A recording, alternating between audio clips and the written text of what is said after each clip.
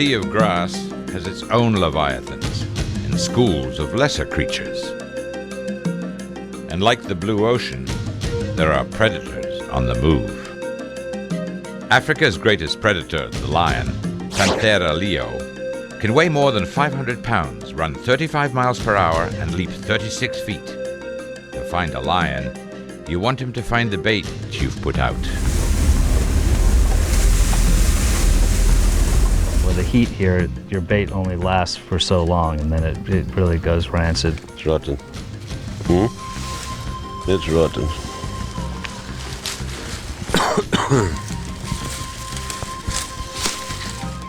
Now? Where's the buffalo this morning? Today? Yeah. He's back. Close it up. Let's go. Let's go and find some fresh meat.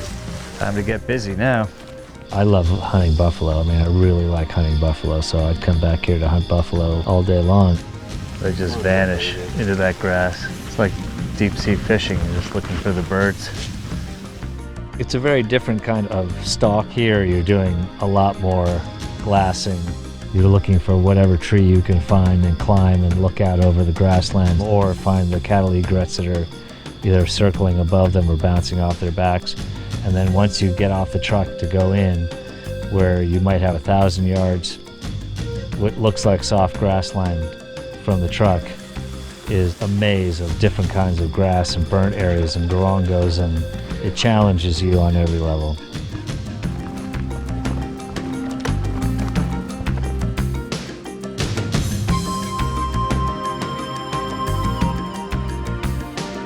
You see that bull on the right? Yeah. The shoot of that. Nice bull.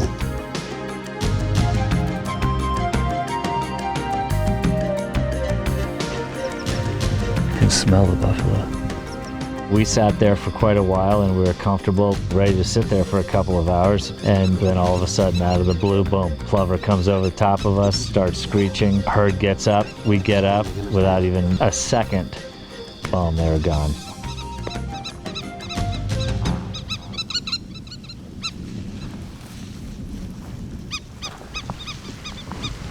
Let's go back.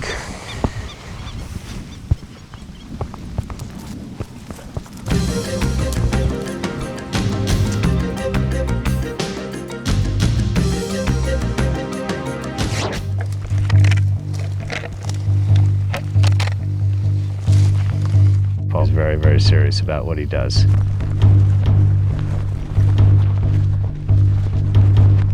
You know that he's done his homework. You know, he's gonna make good decisions, and obviously anybody can make mistakes, but at least you know you're starting at a super high level. He doesn't rush things. If it's time to back away, you back away. You know, there's no need to put yourself in a situation that might go wrong.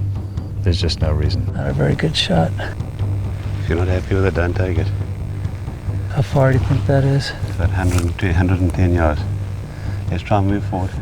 Paul's philosophy is to take the right animal, and I think that's the philosophy you should have. The future of anything is to preserve You can get it tomorrow morning. what you have now, and Paul hunts that way, whether it's lion or buffalo or anything. You take the right animal, not just the big animal.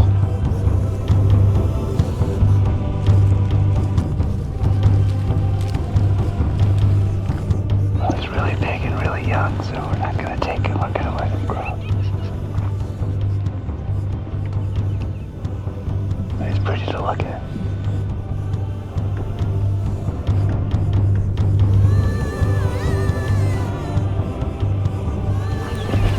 I was excited.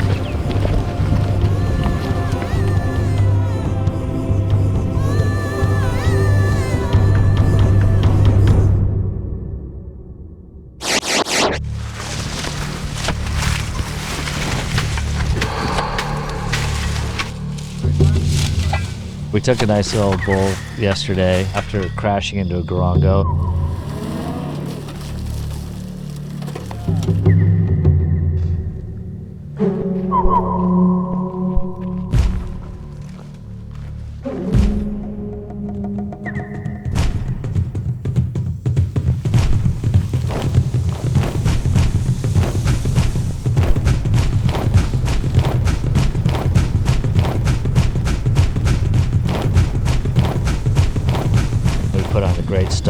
really close. One shot went down.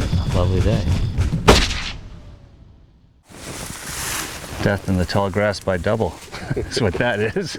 Yeah, we've just seen 2 lionesses, and those 2 lionesses I know have got a big male with them. I've physically seen that male. So this is the meat we need. If we can take our pictures, get over there, look for those lionesses, drag it around him, I believe we'll have a cat in a day or 2.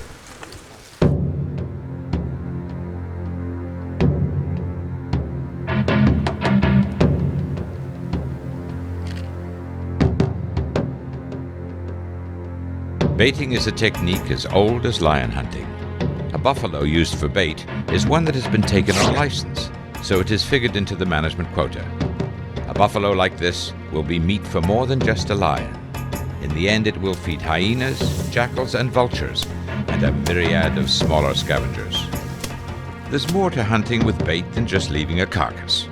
A natural-looking blind has to be built, the prevailing wind considered, how to approach the blind, thought out. And once in a blind, a hunter always has a chance of a buffalo or elephant or a lion from an unexpected direction stumbling onto him at close quarters. And then there's the human element. The fishermen light fires on their pathways that they walk just to open it up because it makes it safer. They've got more area to see what's out there as far as the wildlife. We light fires as we're hunting to burn certain sections, and it's well thought out. Now, in the case of the other day, you know, we actually found 200 pounds of dope on top of 2 guys walking across the savannah here.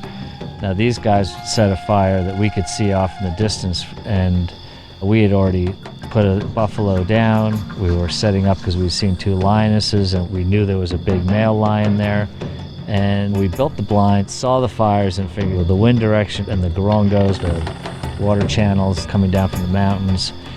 After getting up at 2:30 in the morning and taking a 2-hour drive out to where we need to walk into our blind, and taking our shoes off and walking across a river, only to get to the other side and notice that the whole area that we had built our blind in was completely burned. The bait was burned and the whole area. Can't get a break. Eh? We can't get a break. Africa's biggest problem, like anywhere, is the human element. And the unfortunate thing is that the wildlife suffers. And the hunting industry pumps more money into this area than any other industry as far as preserving the wildlife. And if you don't keep the public of Africa understanding that this is actually a valued resource that will bring back to their communities, then they don't have respect for it other than it's food or it's in the way. And yes, lions are dangerous, but they have their place, and it's important that they stay here.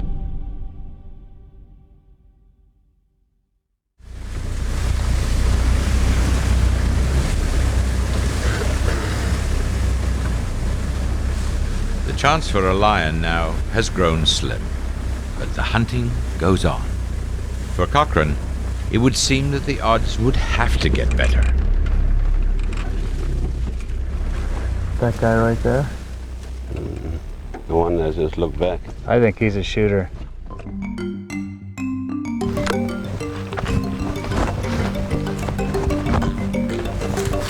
This is more than good buffalo. The width from ear tip to ear tip is usually 32 to 33 inches. However, this bull's horns are at least 45, perhaps 48 inches wide. Maybe this is payback for Cochran for everything else that's gone wrong. Okay, it's yours if you want it. That's a pretty far shot. The gun can do it, just hold it in the middle of it. Jelinek's right about the rifle and where to aim. Head on, a brain shot's possible, but risky. The best place to hold on this buffalo is just below his chin in the middle of his chest. The big double rifle bullet will do the job, if it gets there. Originally, it was a 21-day lion hunt. I had some failures with scopes. Plover comes over the top of us, starts screeching, boom, they're gone. Most of your shots here are within 50 yards, and it's serious. You take the right animal, not just the big animal. We built the blind, saw the fires, and figured that we'd be all right. I believe we'll have a cat in a day or 2. It's just like getting into a race car. Obviously, anybody can make mistakes. The consequences are extremely serious. Just hold in the middle of it. Jay? Did I hit him? No, there's the dust. I missed him? Oh, you shot that. You shot him in the leg. Oh, he's wounded. He's in the back leg. You shot him in the back leg. I did? Yeah, there's the blood. Well, there's a buffalo bleeding. Let's go. Cochran's attempted a tough shot at a huge buffalo late in his hunt. The rifle he's chosen and the point of aim should have settled things, but a matter of inches can make all the difference on dangerous game. There's blood, yeah? Yeah. All right, let's follow them. Now Cochran and professional hunter Paul Jelinek have to fulfill the obligation of trying to recover a wounded animal. Sorry, Paul.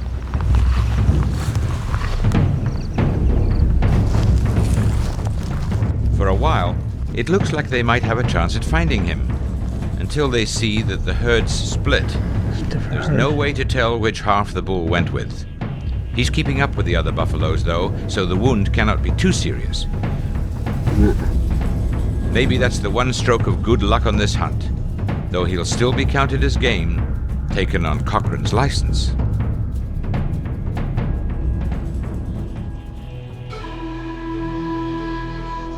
I had my hunt that if it all could go wrong, we lost half a finger on the tracker and the winch. We had 2 scopes go wrong. I pulled a shot. We lost the animal. We've been scrambling.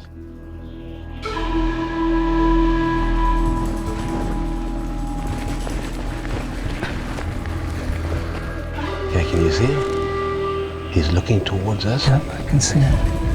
Only if you feel you can kill him.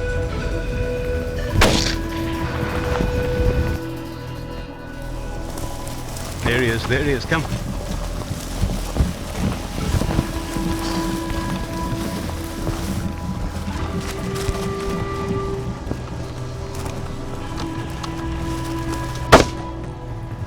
Good job, Mr. J. Finally. That's how they're supposed to die. Yeah. He's not over here. I think what really the essence here is this is an extremely beautiful and wild place, and if you just looked at it first glance, it looks like grassland, but it's so much deeper than that. It's very exciting to hunt and unforgiving. You can't make mistakes here. On the last day, there's a redemption of sorts. Another buffalo killed well. But with redemption comes a lesson that fate is the hunter, and in the sea of tall grass, it treats animal and man alike without favoritism or sentiment, as if they were both straw dogs.